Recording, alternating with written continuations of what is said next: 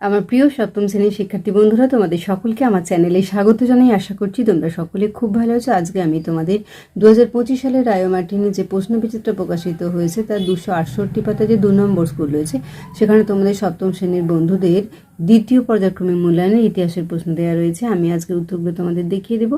ইতিমধ্যেই যারা চ্যানেলটিকে সাবস্ক্রাইব করে নিয়েছো তাদের সকলকে অসংখ্য ধন্যবাদ জানাই। আর যারা নতুন দেখছো তারাও চ্যানেলটিকে সাবস্ক্রাইব করে নিয়ে সাথে থেকো। চলো তাহলে শুরু করছি। একের দাগে সঠিক উত্তরটি নির্বাচন করো। মোহাম্মদ ঘুরির মৃত্যুর পর তার বিজিত অঞ্চলগুলি ভাগ হয়ে যায়। এখানে উত্তর হবে 4 জন অনুচরের মধ্যে। খুতবা কথাটির অর্থ হলো ভাষণ। দাক্ষিণাত্যে প্রথম ক্ষমতা বিস্তারে মন দেন আলাউদ্দিন খলজি। নিখেলকোনটি ছিলেন ইতালীয় পর্যটক। ভারতের মোগল শক্তির 2 প্রধান বিরোধী পক্ষ ছিল রাজপুত ও আফগানরা। হুমায়ুন শেরশাহের কাছে পরাজিত হন 2 বার। সম্রাট আকবর দহশালা ব্যবস্থা চালু করেন 1580 খ্রিস্টাব্দে। ঔরঙ্গজেব স্বাধীন রাজা বলে মেনে নেন শিবাজিকে। অনেক ঐতিহাসিকদের মতে দিল্লির আদি নাম ইন্দ্রপ্রস্থ। মোগল আমলে সব থেকে ছোট ঘরকে বলা হতো, এটা হবে কুঠুরি। 2 নির্দেশ অনুযায়ী নিচের প্রশ্নগুলির উত্তর দাও। ঠিক না ভুল লেখো। দিল্লির সুলতানদের শাসনকে একত্রে বলা হয় তুর্কো আফগান শাসন, এটা ঠিক না ভুল লেখো। হৌজ-ই সুলতানি খনন করেছিলেন সুলতান গিয়াসউদ্দিন বলবন, ভুল। বেমানান শব্দটি খুঁজে বের করো, এটা হবে রঞ্জিত সিংহ। বেমানান শব্দ এখানে হবে বুরহানপুর। এরপর দেখো 3 দাগের বলা যে কস্তম্ভের সঙ্গে খস্তম্ভ মিলিয়ে লেখো। খলজি বিপ্লব হয়ে যাবে ইলবাড়ি তুর্কি, অভিজাতদের ক্ষমতার অবসান, রুমি কৌশল, বাবর, রাজা গণেশ বাংলা আর সফাবি ইরান। 4 হচ্ছে নিম্নলিখিত প্রশ্নগুলির একটি বাক্যে উত্তর দাও। ইবন বতুতা কোন দেশের অধিবাসী ছিলেন? আফ্রিকা। আমুক্ত মাল্যদ গ্রন্থটি কোন ভাষায় লেখা? তেলেগু। চিলদিরানের যুদ্ধ কাদের মধ্যে হয়েছিল? এটা 71 পাতায় দেখব। দেখো, তুরস্কের অটোমান তুর্কি সেনাবাহিনী 1514 খ্রিস্টাব্দে চিলদিরানের যুদ্ধে পারস্য দেশের রাজশক্তি সফাবিদের সেনাবাহিনীকে পরাস্ত করে। ওয়াতন কথার অর্থ কি? 80 পাতায়। এই দেখো, এটা লিখে দেবে। ওয়াতন কথাটির মানে হলো নিজের ভিটে বা এলাকা, স্বদেশ। কাকে চিরাগি দিল্লি বলা হয়? 100 পাতায় দেখব। দেখো, দিল্লির প্রখ্যাত সুফি সাধক শেখ নাসির উদ্দিন চিরাগি দিল্লির দরগায় আলোর উৎসব পালন করে। তাহলে দিল্লির প্রখ্যাত সুফি সাধক শেখ নাসির উদ্দিন চিরাগি দিল্লি নামে পরিচিত। স্যার টমাস রো কোন মোগল সম্রাটের রাজসভায় দূত হয়ে এসেছিলেন? 106 পাতায় দেখো। ইংল্যান্ডের রাজা প্রথম জেমসের দূত টমাস রো মোগল সম্রাট জাহাঙ্গীরের রাজসভায় এসেছিলেন। কোন দেশের অধিবাসীদের ওলন্দাজ বলা হয়? 107 পাতায় দেখব। নেদারল্যান্ডস দেশের লোকেদের বলা হয় ডাচ। এরা বাংলা ভাষায় ওলন্দাজ নামেও পরিচিত। 5 হচ্ছে 2টি বা 3টি বাক্যে যে কোনো 4টি প্রশ্নের উত্তর দাও। তুর্কি অভিজাতরা কেন রাজিয়ার বিরোধিতা করেছিল? ছায়া প্রকাশনী থেকে দেখব।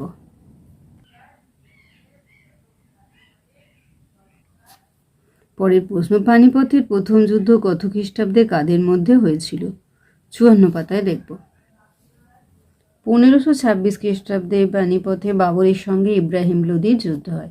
তাহলে 1526 খ্রিস্টাব্দে হয়েছিল বাবর এবং ইব্রাহিম লোদির মধ্যে। দাক্ষিণাত্য অভিযানের পেছনে ঔরঙ্গজেবের কি উদ্দেশ্য ছিল? এই যে দেখে নাও। দিনে ইলাহি কি?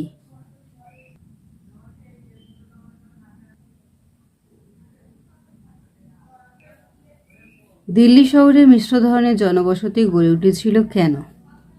এই যে এখানটা লিখবে। হুন্ডি বলতে কি বোঝো? আমরা দেখে নেব 103 পাতায়। 6 দাগের 4 বা 5টি বাক্যে যে কোনো 3টি প্রশ্নের উত্তর দাও। গিয়াসউদ্দিন বলবন রাজতন্ত্রের মর্যাদা বৃদ্ধির জন্য কি করেছিলেন? 47 পাতা। এখান থেকে এতটা লিখবে। ইক্তা ও ইক্তাদার বলতে কি বোঝায়? 57 পাতা।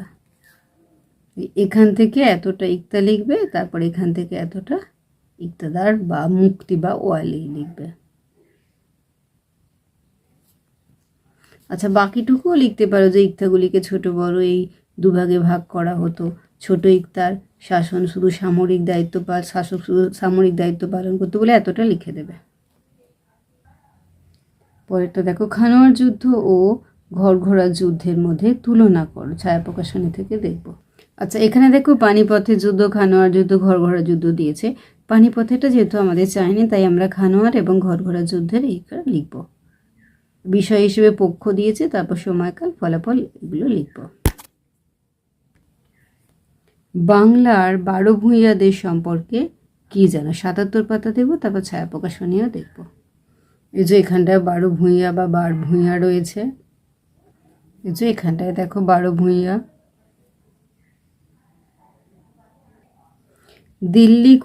দিল্লির কোন অঞ্চলকে চাঁদনি চক বলা হয় এবং চাঁদনি চকের নামকরণ সম্পর্কে কি জানা যায়? 98 পাতায় দেখব। দেখো, লালকেল্লা থেকে জাহান আরা বেগমের চক পর্যন্ত বিস্তৃত বাজারের উত্তর দিকে একটি সরাইখানা ও বাগান এবং দক্ষিণে একটি স্নানাগার তৈরি করে দিয়েছিলেন শাহজাহানের কন্যা জাহান আরা। জনশ্রুতি হলো, তাহলে কোন জায়গাকে বলে? প্রথমে আমরা পেয়ে গেলাম। জনশ্রুতি হলো চাঁদনি রাতে জলে চাঁদের আলো পড়ে চিকচিক করতো বলে ওই জায়গার নাম হয়েছে চাঁদনি চক। আবার মানে এত গল্প আছে যে ওই বাজারে সোনার উপর টাকার ঝিলিকের জন্য চাঁদনি চক নামটি তৈরি হয়েছে।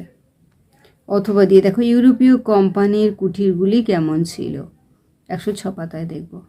এই যে দেখো, এই জায়গাটায় উত্তরটা কিছুটা পাবে।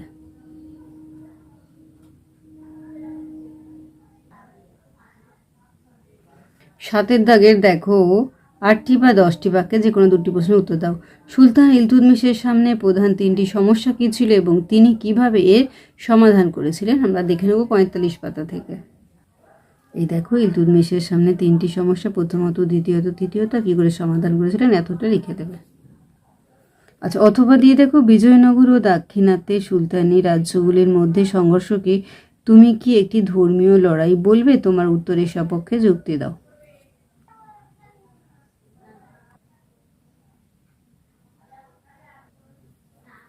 মুঘল সম্রাট আকবরের রাজপুত নীতি সম্পর্কে আলোচনা করো।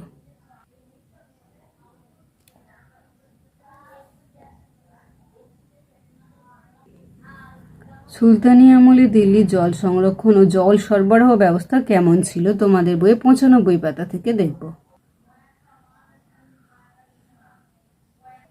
অথবা দিয়ে, মুঘল আমলে ভারতে ব্যবসা বাণিজ্যের প্রসারের কারণ সম্পর্কে আলোচনা করো।